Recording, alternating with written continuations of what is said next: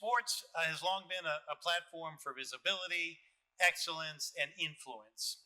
Today, Latino leaders are shaping the industry from the inside out, driving growth, expanding markets across global brands and major leagues.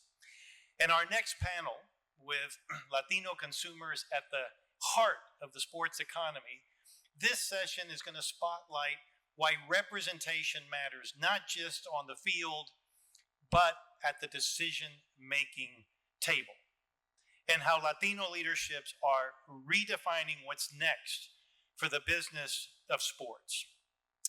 So let me introduce our next panel. First, Marisa Solis, Senior Vice President of Global Brands and Consumer Marketing at the NFL, the National Football League. A visionary storyteller, Marisa has spent 3 decades shaping the stories behind some of the world's most beloved brands, from Procter & Gamble and Pepsi-Cola to the NFL, where she now leads global advertising, brand positioning, and fan engagement. She's one of the league's highest-ranking Latina executives, a 2-time Sports Emmy winner, and a passionate advocate for bridging cultures through the power of storytelling. Also on the panel is Uriel Martinez, Chief Revenue Officer for the LA Galaxy.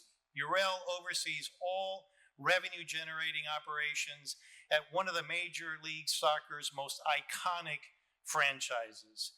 He's driving partnerships, fan experiences, and community engagement that continue to elevate the sport's reach and impact in Los Angeles and beyond. And moderating today's discussion is Fidel Vargas. You've heard me talk about him earlier today. He's the president and CEO of the Hispanic Scholarship Fund. Under his leadership, I want you to hear this number. Under his leadership, HSF has awarded more than $750 million in scholarships. I think that number alone is worth an applause. He continues to expand educational and economic opportunity for Latino students and families across the country. Fidel is a respected business leader, a public servant whose career spans finance, education, and civic leadership. And he remains one of the most passionate voices for advancing the next generation of Latino talent. So please join me in welcoming Marisa, Uriel, and Fidel.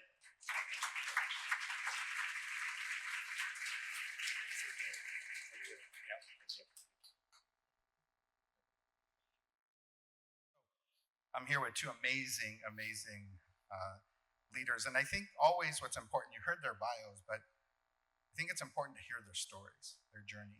And so why don't we begin with you, Marisa, if you could just share sort of your journey and how you ended up where you ended up today. Sure. I first want to say how great it is to be here. Thank you, Dominica, for the invitation. Thank you, Fidel.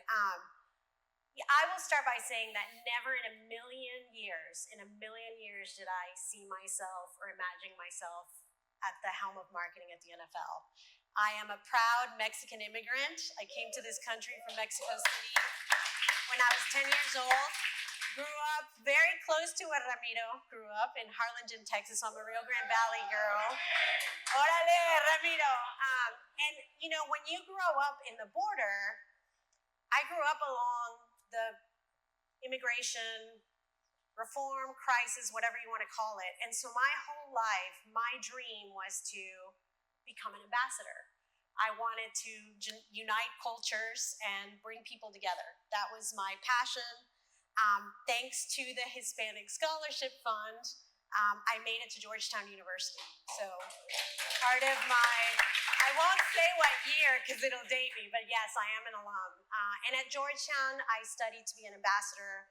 I passed my foreign service exam. I was going into the foreign service. And a month before graduating, I got the advice that if I really wanted to be an ambassador, I should make a name for myself. I should go into corporate, become influential.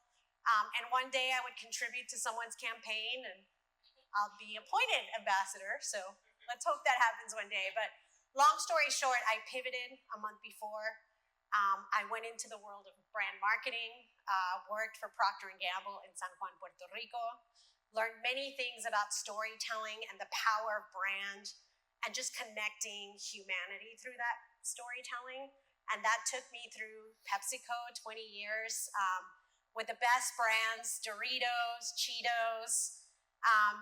And one day I got the phone call to come work for the NFL. At the time, and we'll talk a little bit more about this story, there was a real desire from within the league to change the game, to change the face of the NFL, to become much more human and approachable. And the demographic transformation that McKinsey talks about in terms of Latinos, they were seeing it from inside at the time. And they knew that in order to grow and be relevant for the future, we had to reach what we call our growth audiences. Young people under the age of 35, women, and Latinos. So that was my mission, and that's why I came to the league. We've done a lot. We can talk a lot about that, but I'd love to hear your story and how he got to where he got to. And by the way, round of applause, yes? Yeah, let's give it up. A 30-second PSA. Some of you might have seen it on ABC or the Walt Disney channels. But Marisa her picture's at the end, and it's our voices, Patty Juarez's voice is in there, Javier's voice is in there, all of them. So yeah, what an amazing story, and thank you for that. And first and foremost, I obviously want to thank everybody for getting the opportunity to have such a platform. And as I kind of think back as I was a kid to be able to speak in such amazing opportunities like this. I'd also like to thank Coke for the opportunity to be here with you as well. Similar to you, I'm a son of an immigrant. My mom came to the United States when she was 12 years old. And even as a kid, I remember being a jardinero, a gardener. I remember working as early as 6 to 7 years old, waking up in the morning and going to work with my dad. And my mom would make us egg burritos, and we'd eat them on people's driveway. And I hated it. I remember even at that age, I remember thinking, man, this sucks. It's hot. It's cold. But we had to cut the grass. We had to mow the lawns. And, I think ultimately as an adult, looking back, that probably set the foundation of who I am today as a person, understanding and valuing hard work, dedication, and appreciation for what I had. And, that I think really set the tone for my career. One of the biggest flexes that I have and that I always like to share is that I'm a graduate of community college. And, I think that,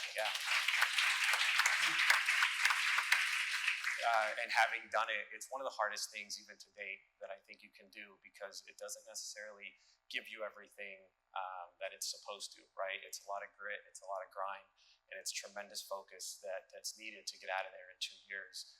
So one of the biggest things from that standpoint is obviously graduating ultimately from the University of California, Irvine, and landing in sports was just a dream come true. I got a degree in criminology, so my goal at the time was to be an FBI agent. That's why I went to school. It's why I really kept out of trouble the entire time, but very, very fortunate and blessed to be in this position. That's wonderful. Yes. In our prep conversation, one of the topics that came up was this: how do you get into sports, right? Some of you, especially some of our young HSF alums, are definitely interested. The topic of mastering your craft came up, right? I'm not sure, but I know that there were plenty of times in my career where I was, you just got that job because you're this, right? That doesn't happen in the roles that you're in. So can you talk a little bit about, Marisa, in terms of mastering the craft and how an opportunity like the one you have doesn't happen for any other reason other than you are the best qualified person for that role. So can you both talk a little bit about mastering your craft? Yeah, I think I get so many questions from young people about entering the world of sports, and many times they say, I'm a huge fan, I'm a huge fan of the NFL. How do I get into the NFL? And at the end of the day, it really isn't about the fandom. It is about truly understanding the business that you're in, and the incredible ecosystem that powers the world of sports. I never thought I would be in the world of sports, but I grew up and became a storyteller. And my passion has always been to elevate brands and to humanize brands and truly connect, with whatever that brand's consumer is. And so for me, when you think about the NFL, the currency of the NFL, we don't sell anything, right? We don't sell Pepsi or Doritos. The currency is relevance. Relevance. If we are not relevant today or tomorrow, we cannot command the media, the media rights that we get, the sponsorships, the fandom. And so in order to be relevant, you have to connect with the audience. And you have to connect with the audience of the moment and the audience of the future. You have to be timeless. You have to be timely. So those were all things that I learned over more than 30 years of telling stories, connecting moms to diapers in the Dominican Republic that didn't know what a disposable diaper was. They grew up with cloth. Or, moments connecting young people to the power of Doritos and Cheetos and beyond snacks, what the power of creativity could do. So it was that in a time when the league needed the power of storytelling to connect to the future fan base, that's when the opportunity came. So it is about mastering your craft. And in my case, it is marketing, it is storytelling. But I will say to anyone who wants to get in the world of sports, that ecosystem is massive. Whether it's, the actual operations of the game, the legality of the game, the economics of the game, the media of the game, it is an incredible ecosystem. So if you master the craft that you set out to do, whether it's, again, finance, legal, accounting, then you can be in a position to drive value and growth for an organization in the sports landscape. Yeah. I was reminded by this last year. I was very fortunate and honored to be a recipient of the Latinos in Sports led by Javier Gutierrez last year.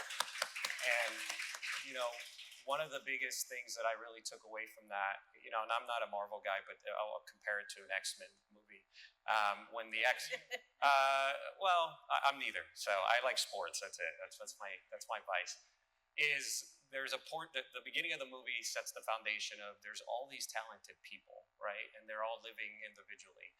And they have this amazing talent, but they think of themselves as maybe unique or just kind of an individual. And then over time, they realize and they start coming together and they say, wow, you have this power, I have this power, or I have that power too. And it was such an amazing experience for me. And even similar to this morning, to be surrounded by such amazing Latinos in our business, because it wasn't, I just celebrated my 43rd birthday a couple months ago, and it wasn't until last year that I had an opportunity to get in front of a room full of powerful Latinos who look like me, who sound like me, who understood what harinero meant, right? Or pan dulce or horchata.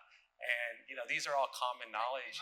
Yeah, these are all common kind of words that we say in our culture, in our community. But when you're in the boardroom and you're having these conversations, they're not something that comes up frequently, right? And I know we're going to touch on about how are you marketing to your fan base, and I think having different perspectives and having a different voice. So when it comes to mastering my craft, it's something that I challenge myself with. In my mind, there's always somebody behind you, right? So how are you providing a path for the next generation that's coming?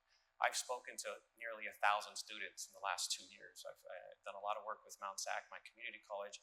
I just recognized as the alumnus of the year and gave the keynote speech at the graduation in front of 12,000 people, which was an amazing opportunity for me as well too. And so my goal is to give back, to challenge people. And I'm pretty honest and fair when I talk to students, and I let them have it. I tell them the reality and the difficulties and the challenges that the world that awaits them in the world. Sometimes it hits and sometimes it doesn't, but I feel like for my position, I have a responsibility to do that. And I didn't know you were at Mount Sac. By the way, go Mounties.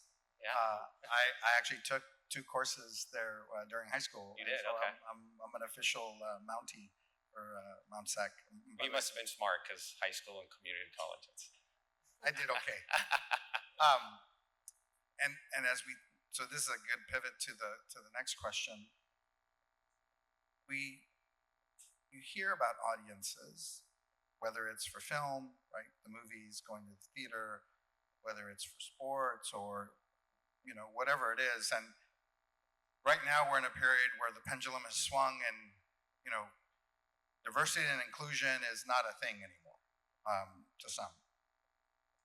And this idea that we're all the same, we're all one, and so we don't need to be marketing to this group or that group, and that if you don't, that you'd be fine anyways. That people would still go to the movies, people would still go to the NFL game, they would still go to the Dodger game.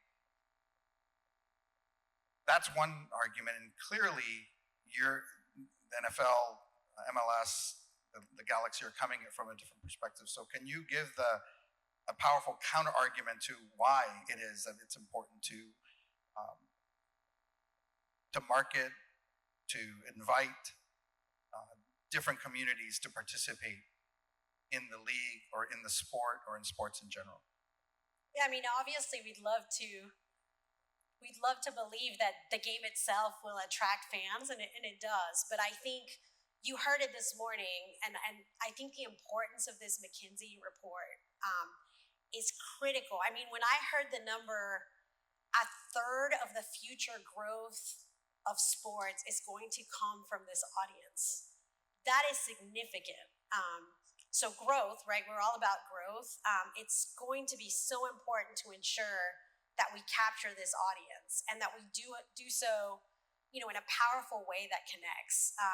I think another thing I heard this morning that I see in the world of the NFL, and I'm sure you do in the MLS, Latinos are at the forefront of the changes that are happening in the consumption of our sport.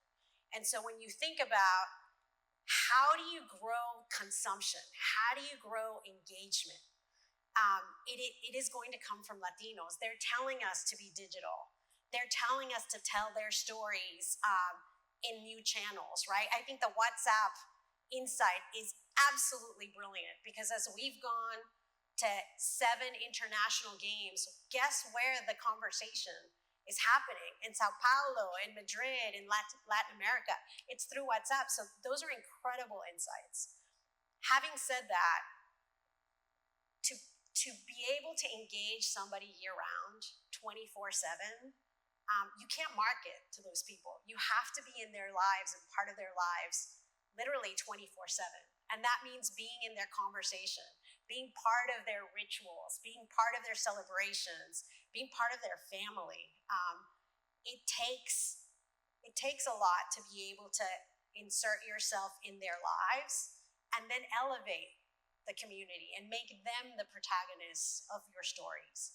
When you do that, you incite a tremendous amount of love and engagement and fandom that will then, hopefully assure your relevance for years and years to come. And that's then when the dollars continue and the growth continues. And can you just really quick, and before we hear from Uriel, what's the view, if you could crystallize it, of the NFL and the Hispanic, the Latino, Latina fan base? Yeah, I mean, our Latino fan base is absolutely critical to our growth. We have 40 million Latino fans and growing. They are the core of a lot of these ventures into these new channels. I've said before, when we did the math back then 5 years ago when I joined the league, it literally was mathematically impossible to grow without getting more Latinos into our fan base. Mathematically impossible. Why? Because the future fan base, young people, I mean, more than a fourth of Gen Z and Gen A today are Latinos.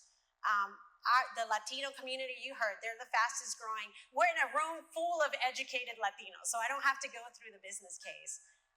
But it is that Latino community that's going to continue to spur the growth of media channels, the consolidation of digital and streaming, merchandising. We heard like the rise of fantasy.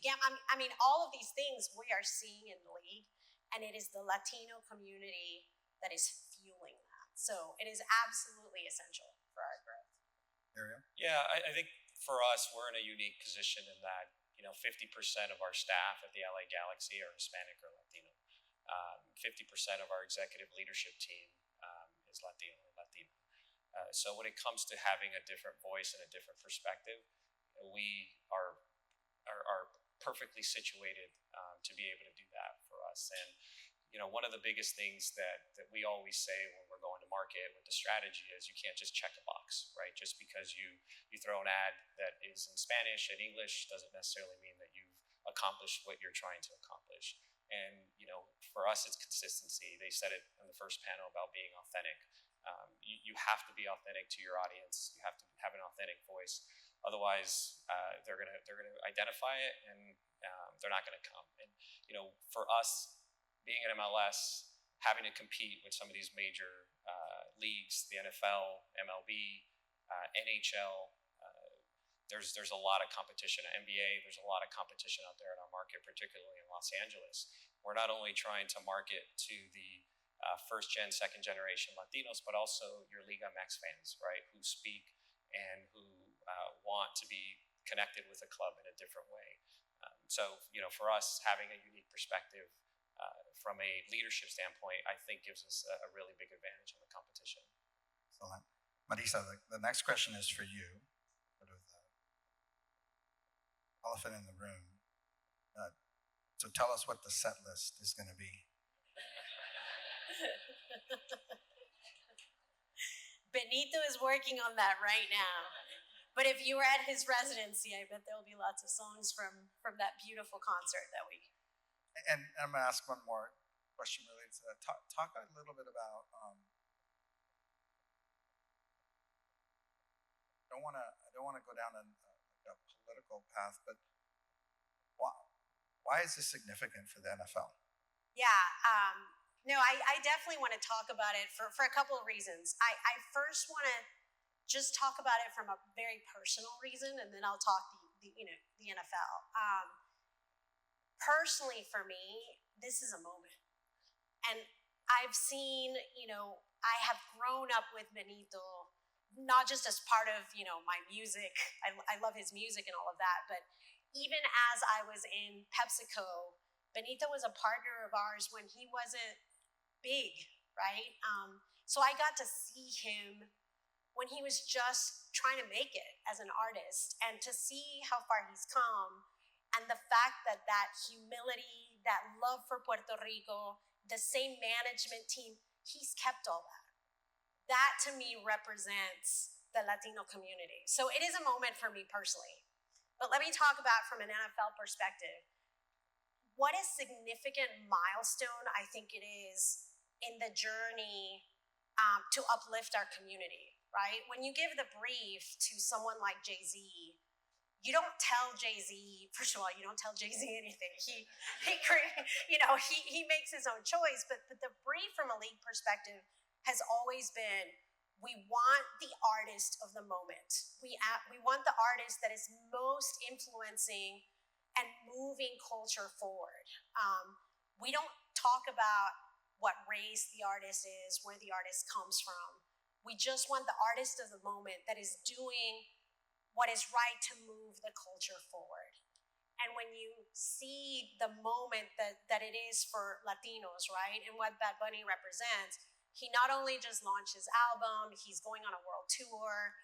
I think what he has done for Puerto Rico is unbelievable. I mean, the success of that, of that 30-show residency.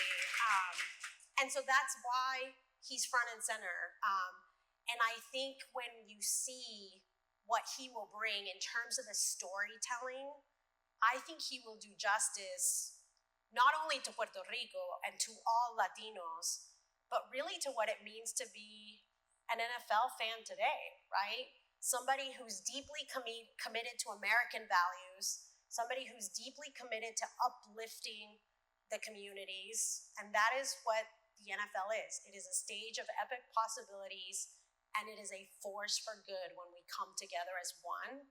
And we will, by the way, we will come together as one country on February 8th in Santa Clara. So I'm very, very excited. Excellent. Thank you. Uriel. So I didn't think I told you this, but I am a LA Galaxy fan. Yeah. So I mean, you have no choice. You're on stage with me. no, I do. So Although, judging by earlier, I don't think you give a shit about what anything said. I think you would say no comment.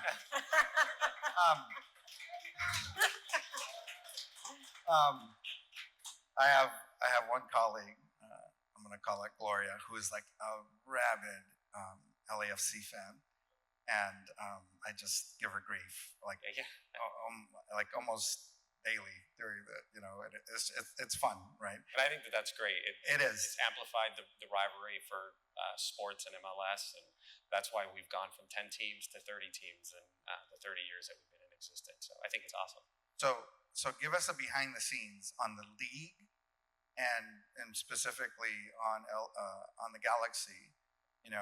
Like I don't know, a 2-minute version of what if you had the Wrexham show or Necaxa show. Yeah. What are we going to see from the Galaxy? Yeah.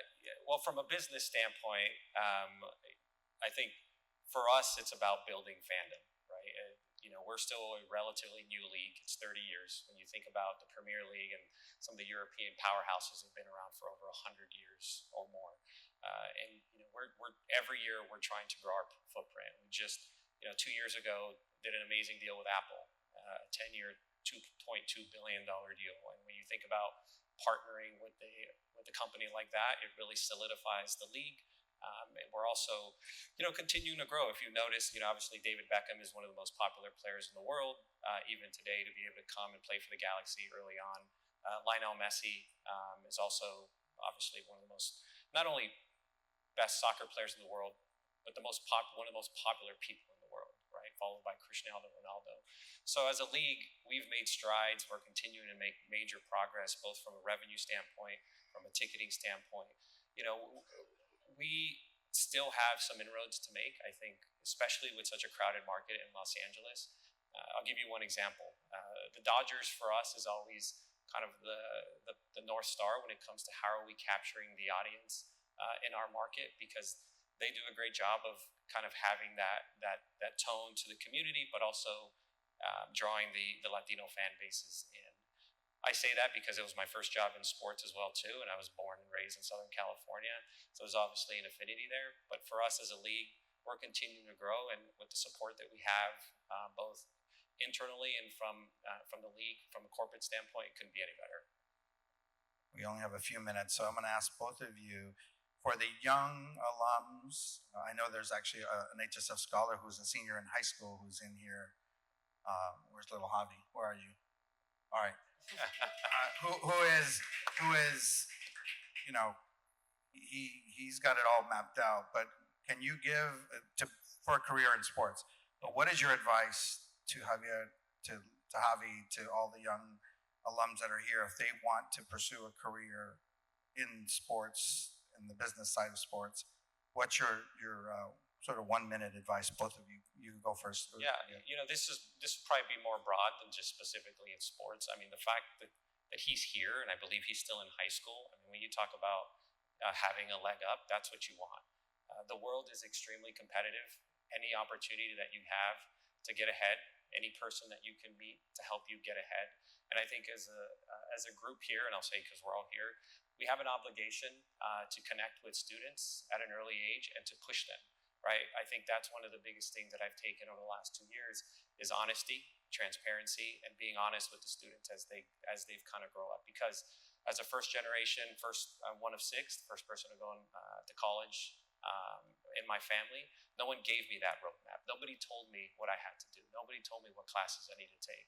And so for me, being in this position, I want that burden on my shoulder, or not burden, but that opportunity on my shoulder. To be able to give back to my community and the next generation of people that are going to be coming in behind me. Excellent. Your words of wisdom? Yeah, I'll address specifically if you are looking to enter the world of sports, because I think sports is having a moment today and will be like no other. It is an incredibly influential industry for communities, to uplift communities. And so how you succeed in this world is first and foremost understand the business of this world. What is it that makes the value creation, and how can you create that value? That is key. But it's not enough. Creating value isn't enough. It has to connect with the heart and your passion. And so whatever that passion and mission you have inside, you have to connect it with the world of sports. And there's so many ways that sports gives back. And so I think if you connect your business acumen with that internal passion you have, you can be extraordinary, and you will be extraordinary. And I agree. You need your guardian angels along the way to coach you, to push you, to champion you. But if you exhibit that, that knowledge and that passion, you're going to go very far. Excellent. I'm sorry, we've run out of time, so we will not be taking any questions on this panel. No, I'm afraid of Dominica. So let's give our panelists a round of applause. Thank you all very much.